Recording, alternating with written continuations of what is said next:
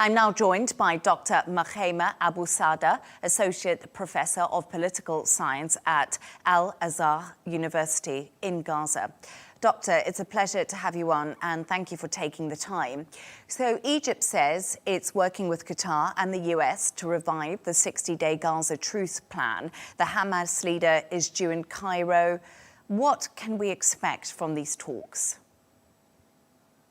Well, good evening and many thanks for hosting me. Well, it seems to me that after the Israeli cabinet has approved Thursday night a military plan to take over Gaza City and then take over the whole of the Gaza Strip, we have been witnessing a very serious diplomatic efforts by a number of countries, mainly Egypt, Qatar, and Turkey now, and also in addition to the US, who have been working on a new framework to put an end to the war, to put an end to the suffering of the Palestinians in the Gaza Strip.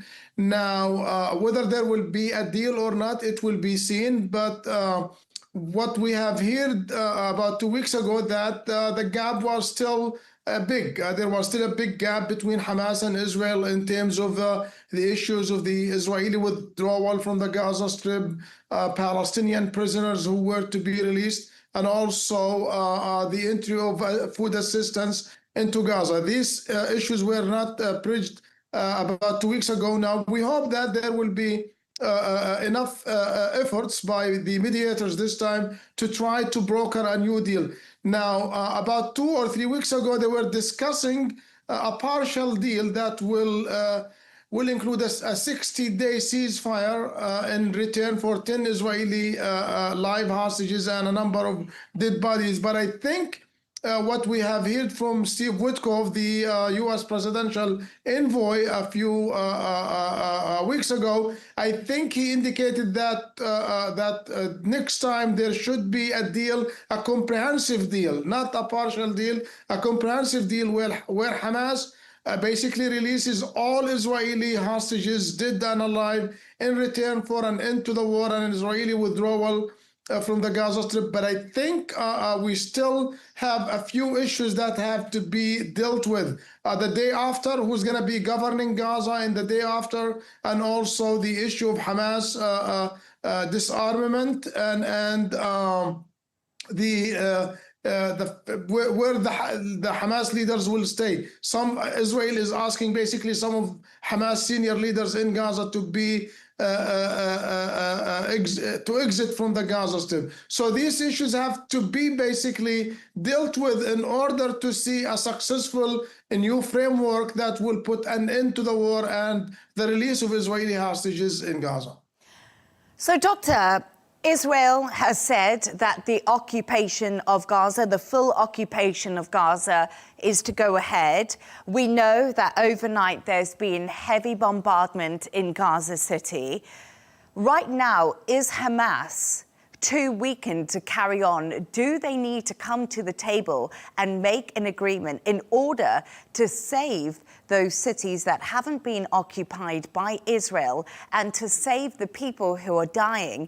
We know that the Hamas-run health ministry says 10,000 Palestinians have been killed in Israel's offensive since the end of the ceasefire in March. Is it now time for Hamas to make concessions, disarm, and let the people live?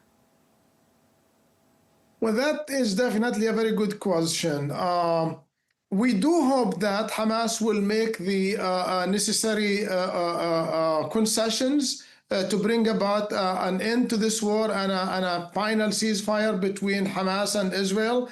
But from what we have seen over the past 22 months, Hamas is a very stubborn organization. I don't think that they are ready to make those big concessions. I think it will probably take two things. One is a lot of pressure from the mediators from Egypt, Turkey, Qatar, and the US on Hamas to try to convince them that they need to make those concessions to save Gaza from further destruction. And also the Israeli government, led by Netanyahu, also need to give up on some of the conditions, especially that Israel have to agree for an end to this to the war against Gaza.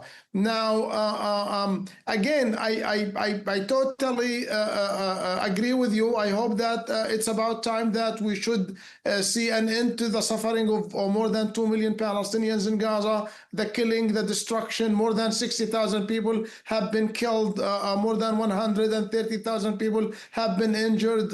In addition to the destruction and the starvation that has been taking place in Gaza, the Palestinians in Gaza are tired, exhausted. They would definitely want to see an end to this. But at the end of the day, it's going to be up to Hamas and Israel to make those necessary concessions to bring about an end to the war. But let me say one thing here, one last point here.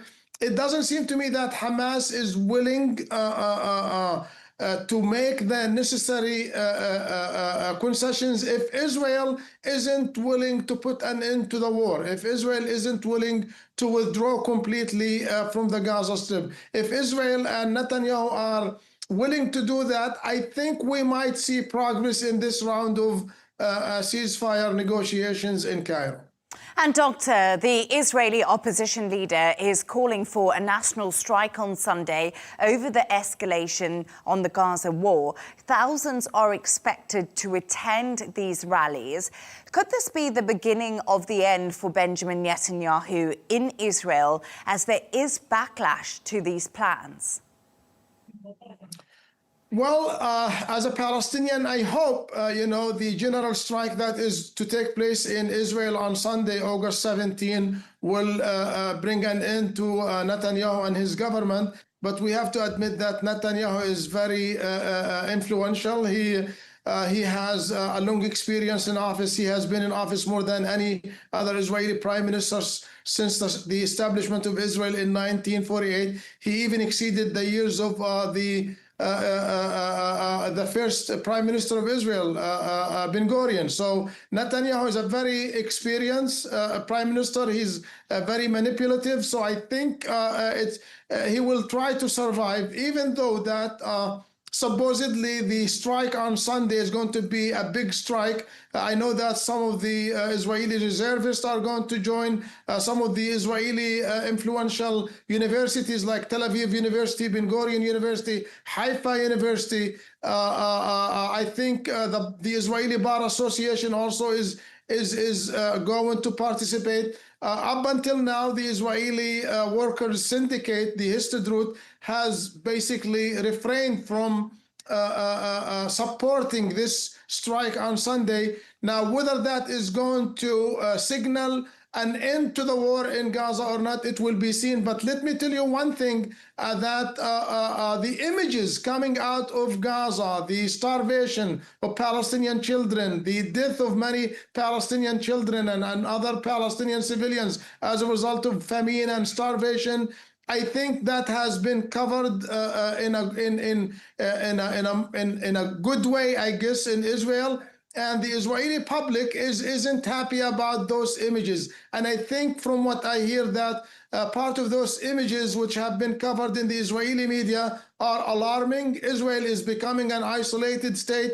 The head of the Israeli opposition, Yair Lapid, is basically saying that this war is going on because Netanyahu is doing that for his own personal political agenda that doesn't serve the interest of Israel or the Israeli security. So let's see what's going to happen on Sunday. But I think we are going to probably see the biggest protest in Israel since October 7th of 2023. Dr Mkhaimar Abusada, Associate Professor of Political Science at Al-Azhar University in Gaza. Thank you so much for joining us this evening.